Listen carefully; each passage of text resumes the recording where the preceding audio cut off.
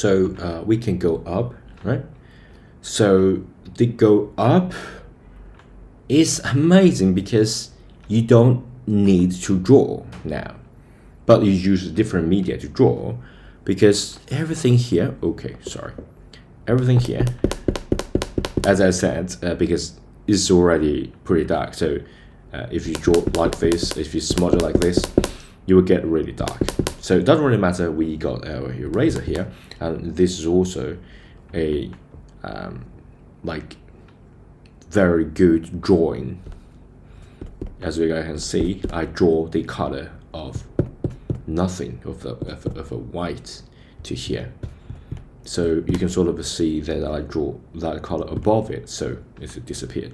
So you can't use this. You can rotate a little bit, or you can just put it anywhere else. You draw it so the charcoal like get out. I think I'm going to draw it here to get a background color. Okay, get a very amazing background, which is good. So as you can see, it nearly disappeared, right?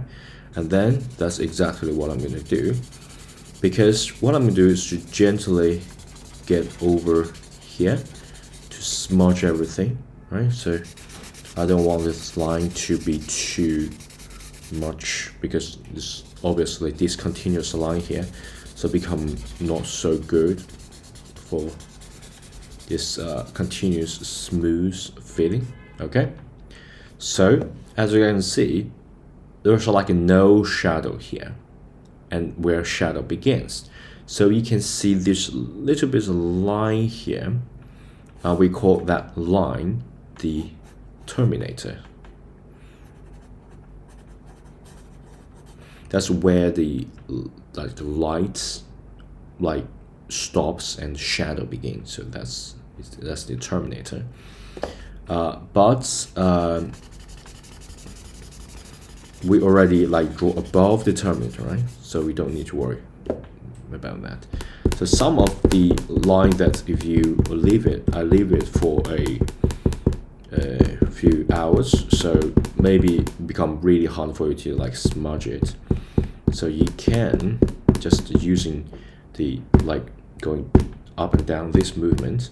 Okay, don't just erase it. If you just using this movement, it will get a clear. So for example, if I got this here, you will see this clearly smudge, clearly erased thing. But if you just want to make it damper, you just use your up and down movement, so it will just gently get things erased.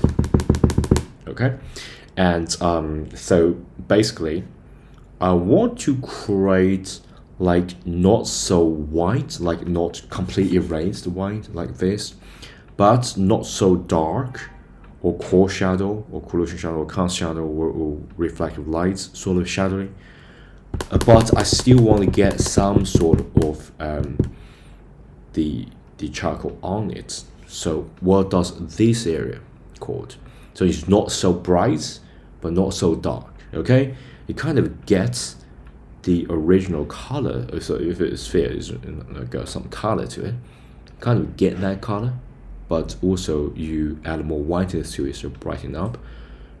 So how to dealing with that? How to call that? This is like the half of the tone. So yeah, as the name suggests, that's half tone. So basically, this original tone, and you are going to half it. That's the half tone, because it's severely influenced by the light. Okay, and I want you to remember this half, because the color of the object is not the color of the object, but rather the color of the object as well as the environment. So this is the other half.